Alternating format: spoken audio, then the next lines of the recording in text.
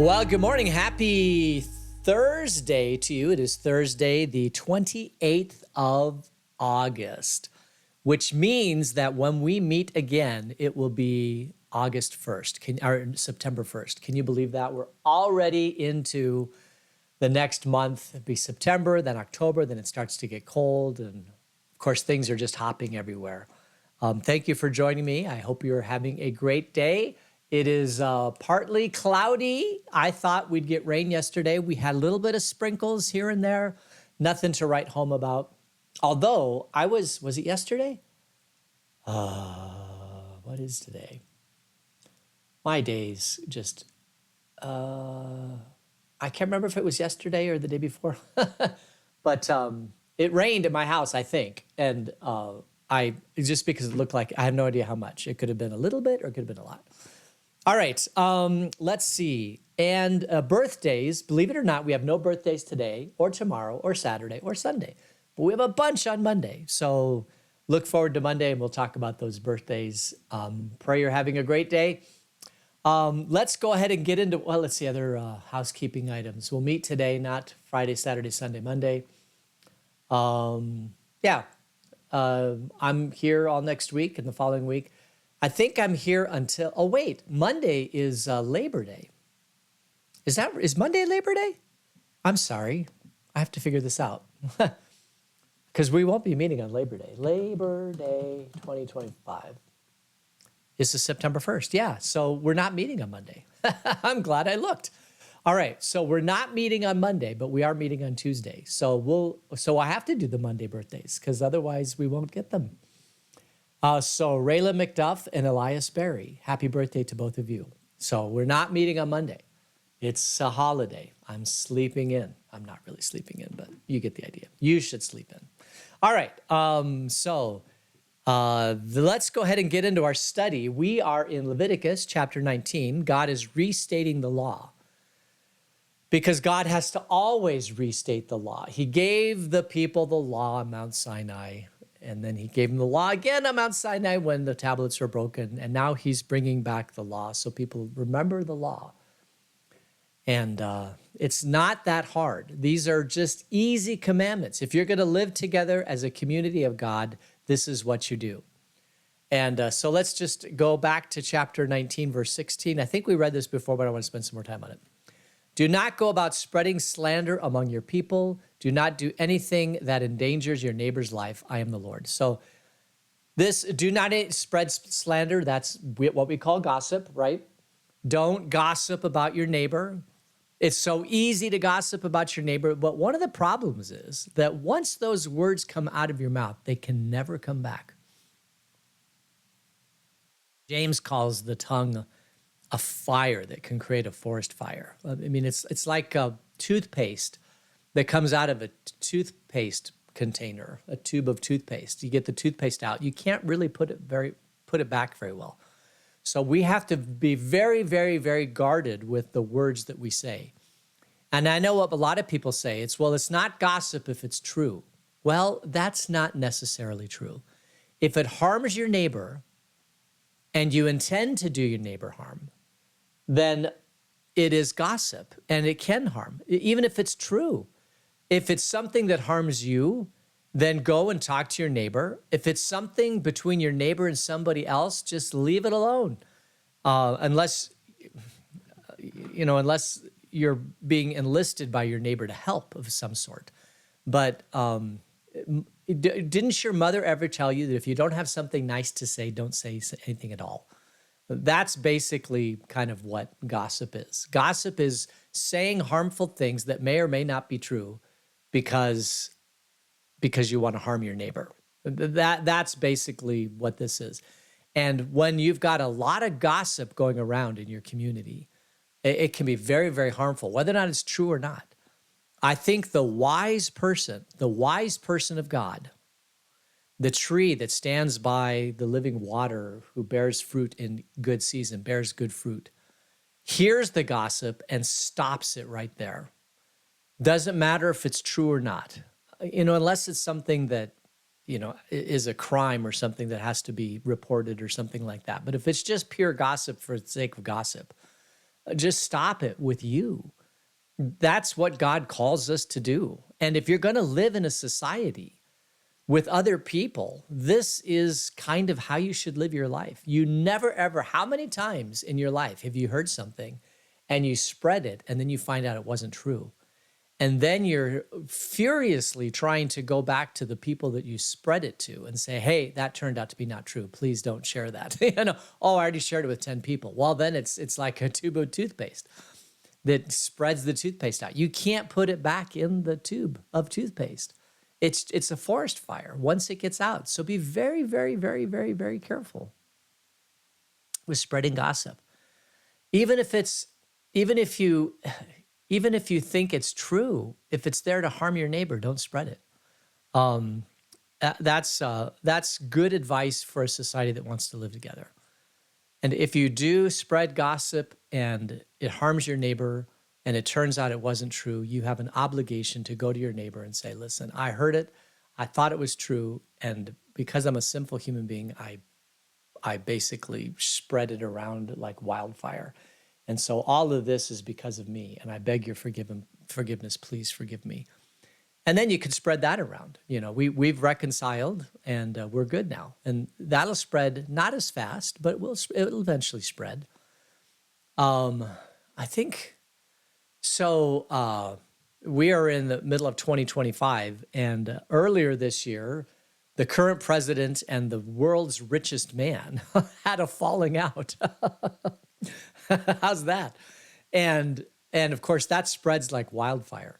But we've heard, or in some circles have heard, that they've reconciled and that maybe the relationship isn't totally damaged. And that doesn't spread as quick, but that's the kind of thing that you want to hear in both direct. You crave for it. Oh, this is good gossip. But the best thing to do is just to simply keep your mouth shut. That's basically the bottom line with gossip. Even if it's true, if it's going to harm your neighbor, just hold it to yourself. That is the mature Christian attitude towards life. And the more people can get that way, the better. It's like a virus. It's like COVID. Can I say that word? That, spreading around from person to person. And you don't know how it's going to spread and how much damage it's going to do. So it's best just to cut it off with you. That's the best way to live your life. I know it's challenging. I know it's difficult, but mature Christians, that's what they do. And don't do anything that endangers your neighbor's life. I am the Lord. So also don't, my neighbor next door, right here. I can't think of what I would do to endanger that person, but Jesus said, who's my neighbor? And it's anybody who is in need. So if you have people in your community that are undergoing problems or need assistance or are doing things that are dangerous, or if you're doing something that could endanger their life, just don't endanger their life. And I'm trying to think of what this would have been 3,000 years ago. I guess plowing and not hitching the plow properly to the ox, and the plow is going to break or something. I mean, just all sorts of things that could happen that could endanger your neighbor's life. Just don't do it. And it's not really one of the 10 commandments unless you tie it into thou shalt not kill. That you, by endangering their life, you potentially could kill their life. So don't endanger them to where they might die. This is one of those commandments that adds a little bit of protection around thou shalt not kill. All right, let's go to the next verse, which is verse 17. And of course, you don't want to kill your neighbor, because that's not a good way to live in a community of people, by killing others. If you're known as somebody who kills other people, they're not going to want to be around you very much. So don't kill your neighbor. Even if you want to kill your neighbor, don't kill your neighbor. All right, verse 17. Do not hate a fellow Israelite in your heart. Rebuke your neighbor frankly, so you'll not share in their guilt. So now this is interesting. Do not hate a fellow Israelite in your heart. It's not just don't hate, but don't hate in your heart. Now your neighbor may not ever know that you hate them if you contain it in your heart. So why would you keep it in your heart? And well, it's because harboring hate in your heart is bad for you. It's extremely bad for you. If your neighbor, let's say your neighbor harms you and then goes away, and you don't ever have to live with your neighbor again, but you still bear that pain or that grudge in your life because of what your neighbor did. You will never be free from that until you forgive your neighbor. And I'm not talking about picking up the phone and calling your neighbor. I'm talking about in your heart forgiving your neighbor, saying, he was wrong. This is not good. I have no opportunity to go and talk to him anymore, but I'm not going to harbor this anymore. And you'll find also mature Christians get to this point too, where they just simply don't harbor anger or animosity or hatred to their neighbor, because they know that having that in their life is like a virus, or it's like a cancer that spreads. You can't get rid of it. You have to excise the cancers in your body. And one of the cancers is just harboring hatred towards somebody else. And I know that sounds horrible, particularly if that somebody else did something outrageously horrible, kill a family member, or wipe you out financially, or, deep wounds to the heart are these way. And it is hard to get beyond those things. But at some level, God, for our own sake, wants us to forgive and to move on, and in our heart. And that is a very, very, very hard thing to do. I find this challenging, and I've never really been harmed by some of the things that people can do to other people. But I've seen what people can do to other people. I've seen some people release that hatred, and I've seen other people that simply can't. And I don't feel qualified to speak about it because I've never had to live it. All I can say is what the Bible says about it. And what the Bible says about it is, don't hate in your heart your neighbor. And I would even say anybody, although particularly in your neighbor, for the sake of the community. If you want this neighbor to be in the community, at some point you have to forgive that neighbor and move on. But I would say also, if you when they asked Jesus, who's my neighbor, it was the Samaritan and the Hebrew, who are mortal enemies, and the Samaritan was a good neighbor to the Israelite. And Jesus says that's your neighbor too. So even people that you don't normally hang around with, or don't like, or are different from you, or whatever, maybe even your enemies. Jesus says, love your enemies. And so this is a hard commandment. It can be a very challenging and difficult commandment at times, but this is what God calls us to do for the sake of the community and for the sake of our own heart. Rebuke your neighbor frankly, so you will not share in their guilt. So if you see your neighbor doing something wrong and you don't go to your neighbor and tell them what you're doing is wrong, at some level you are sharing in their sin because you're not pointing it out to them. Now, I'm not talking about going to them with a whole bunch of people or spreading gossip or whatever. I'm talking about manning up, going to your neighbor and saying, I saw you do this. I think this is wrong. I think this will destroy. And so I want you to understand that this is wrong. And perhaps your neighbor will say, yes, it was wrong, and I need to ask for forgiveness from you or for somebody else, or I need to rectify the situation. I need to have restitution or whatever. Because when you don't do that, you're sharing in the guilt. Now, what's interesting is that this can be taken to an extreme also. I think about people who are running for an elected office, mostly on a national stage, but it could be on a state or local stage. And so you'll receive $1 billion worth of donations. And one of those donations comes from a person who at one time was part of a group that had shady heritage, let's say. And so guilt by association is, if you accept that campaign donation from this person, you're also saying that you agree with everything this person has done. Now, I don't think that is true. And I think it's used as a leverage in campaigns because nobody's perfect and everybody's done something wrong. And when you are running for national office, you cannot go down the list of everything that everybody's ever done to try to make sure that you only get campaign contributions from those people who are perfect.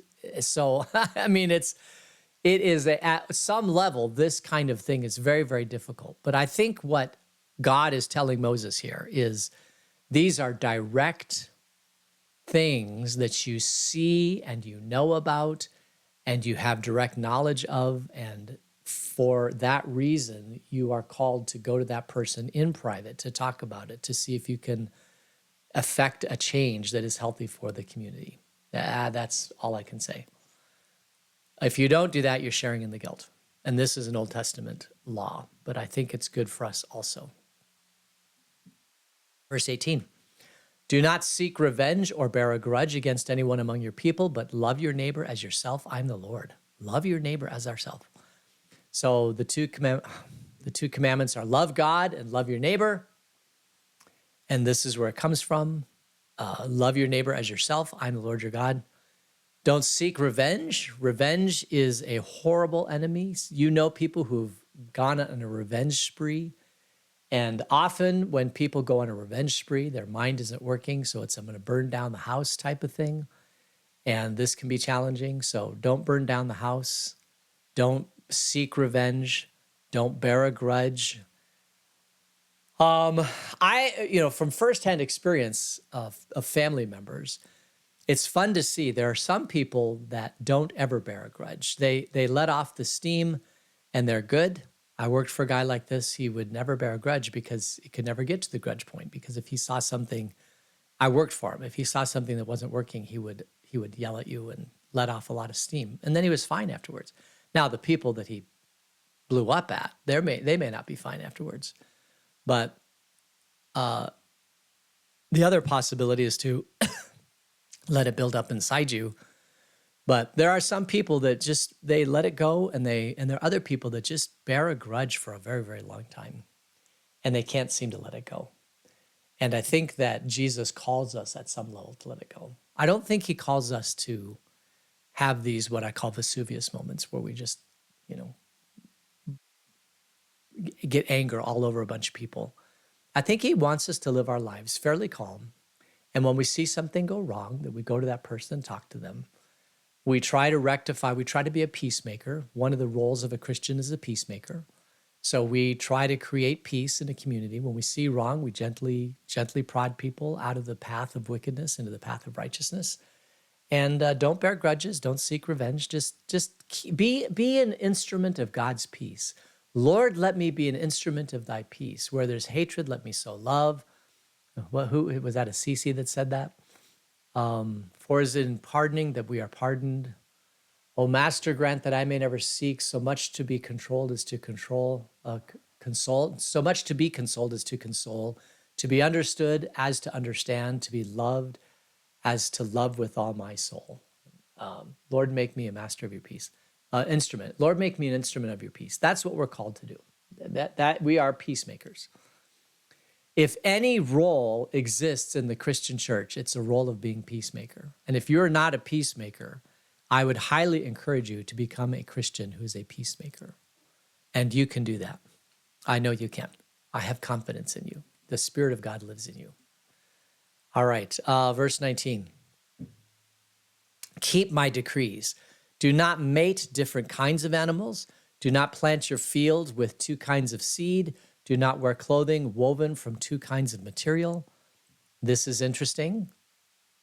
Do not mate different kinds of animals.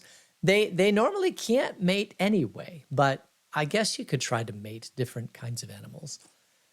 In other words, don't create whole new animals. So I wonder if this is, if genetic modification. So there is this whole thing going on right now. We're finding the genome, and we're getting down to each DNA strand, deoxyribonucleic acid, like which chain in the DNA is it?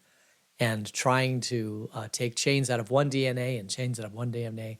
The thing that comes to mind is Jurassic Park, where they went and got the blood from the dinosaur and they extracted the DNA, and there were pieces that were missing, and so they got frog DNA. And turns out that frogs can auto reproduce.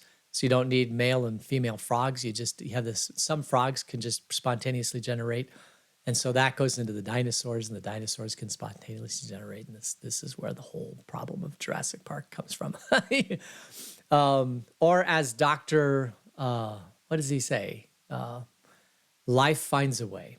Life finds a way. Anyway, if they had followed God's decrees and his words here, they would not have mated the dinosaur with the frog, even genetically.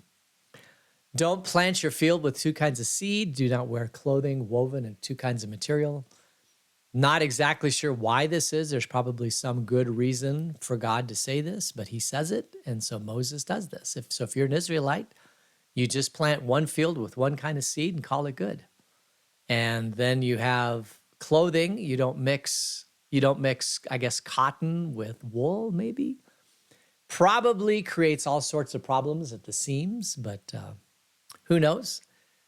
It's just something that God says not to do, and so keep my decrees. All right.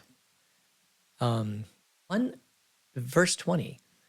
If a man sleeps with a female slave who is promised to another man, but who has not been ransomed or given her freedom, there must be due punishment. Yet they are not to be put to death because she had not been freed.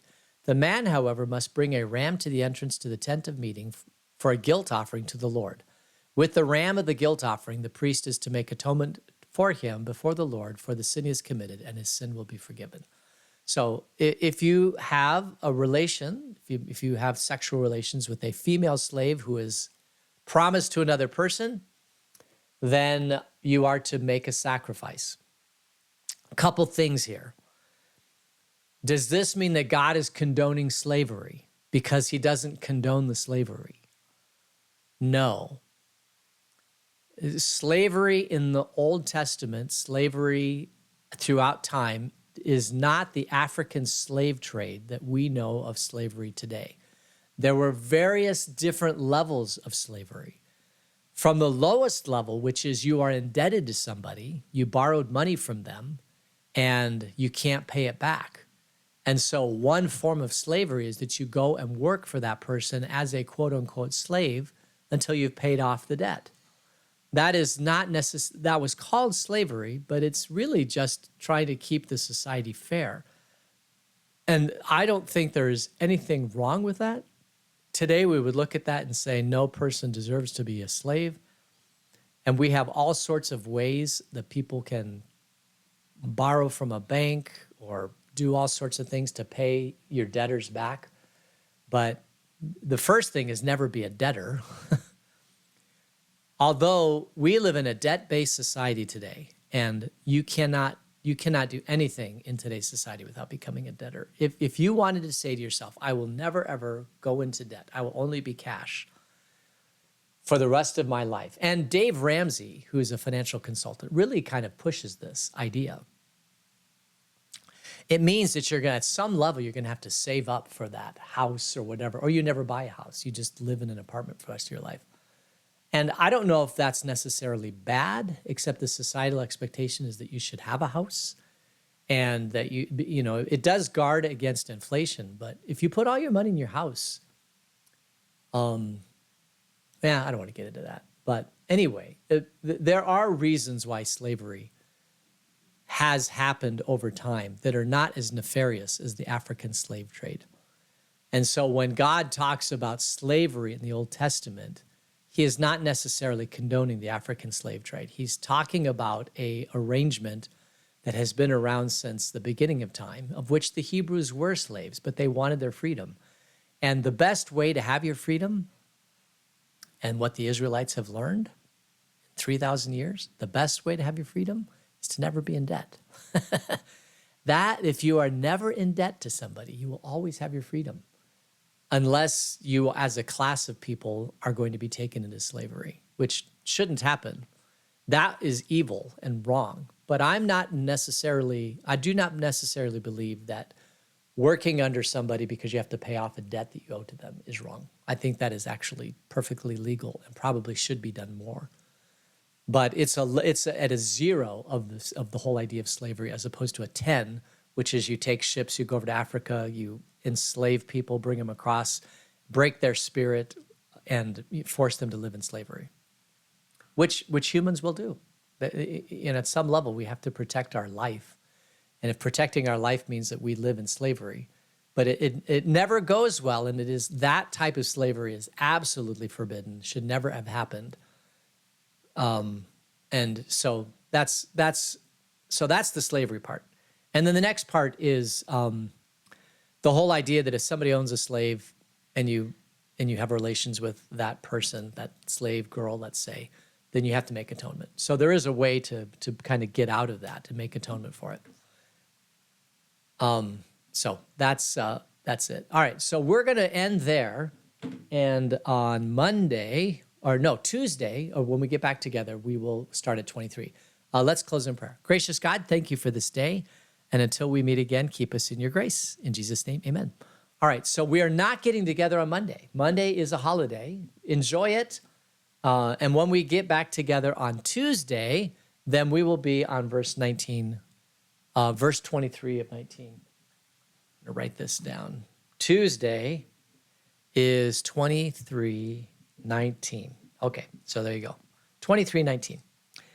And we will start there. So thanks for joining me today, all of you online, and all of you later on the various platforms. May you all have a great day, and we will see you on Tuesday. Blessings. Bye.